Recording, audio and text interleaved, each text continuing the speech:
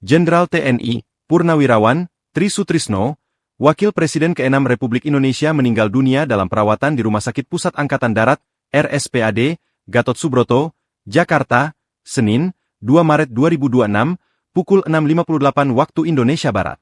Tri Sutrisno mengembuskan napas terakhirnya di usia 90 tahun. Taufik Dwi Cahyono, putra Tri Sutrisno menyampaikan kabar duka kepergian sang ayah. Telah berpulang ke hadirat Allah Subhanahu wa Ta'ala, ayah kami, kakek kami. Kami, atas nama keluarga mengucapkan terima kasih atas perhatian dan doa semua pihak. Mohon dimaafkan apabila orang tua kami ada kesalahan-kesalahan. Ucap Taufik Dwi Cahyono, putra Tri Sutrisno kepada wartawan, dikutip dari Breaking News Kompas TV. Taufik mengatakan, Tri Sutrisno dilarikan ke rumah sakit lantaran kondisi kesehatan yang menurun. Namun, dia memastikan, Jenderal Angkatan Darat tersebut tidak mengidap penyakit serius. Bapak sudah usia, kondisi kesehatan, menurun umur segitu. Tidak ada sakit khusus tapi karena sudah usia 90 tahun, menurun kondisinya, dari kemampuan nafasnya, selera makan turun, terangnya. Tidak ada penyakit yang luar biasa, sambungnya. Taufik mengatakan kondisi kesehatan sang ayah menurun tidak nafsu makan hingga dilarikan ke RS. Nafsu makan saja, susah makan, susah minum, kemudian dehidrasi dan dibawa ke rumah sakit, jelas Taufik. Menurut Taufik, Tri Sutrisno dirawat di RSPAD sejak 16 Februari 2026. Kami dan keluarga menciptakan terima yang sebesar-besarnya kepada tim dokter.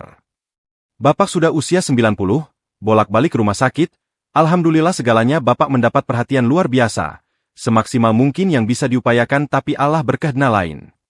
Juga terima kasih kepada tim Pas Pampres dan tim di rumah sakit ini yang dengan sabar mendampingi Bapak, katanya.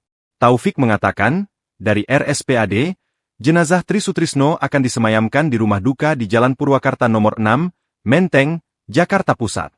Jenazah akan dimakamkan di Taman Makam Pahlawan Kalibata setelah disalatkan di Masjid Sunda Kelapa.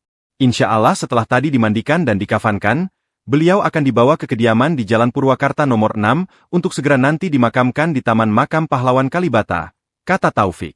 Sebelumnya, kabar duka ini dibenarkan oleh mantan Kepala RSPAD Letjen TNI, Purnawirawan, Albertus Budi Sulistya. Benar, ujar Albertus kepada Kompas.com, Senin.